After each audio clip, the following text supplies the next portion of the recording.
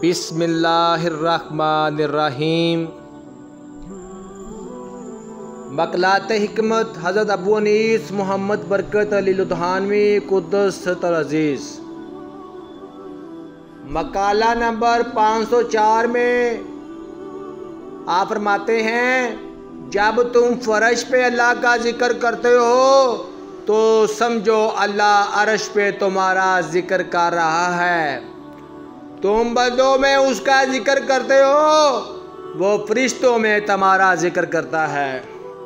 अब तुम ही बताओ, इससे बेहतर इनाम क्या हो सकता है कि एक नचीज बंदे का जिक्र अल्लाह रब्बिल आलमीन करे और फरिश्तों में करे, या हय्यो या कय्यूम।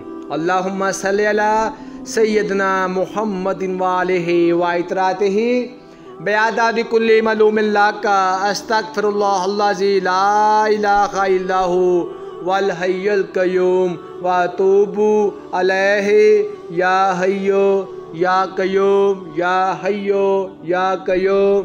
सय्यदना करीमुन सल्लल्लाहु अलैहि वसल्लम, सय्यदना करीमुन सल्लल्लाहु अलैहि वसल्लम।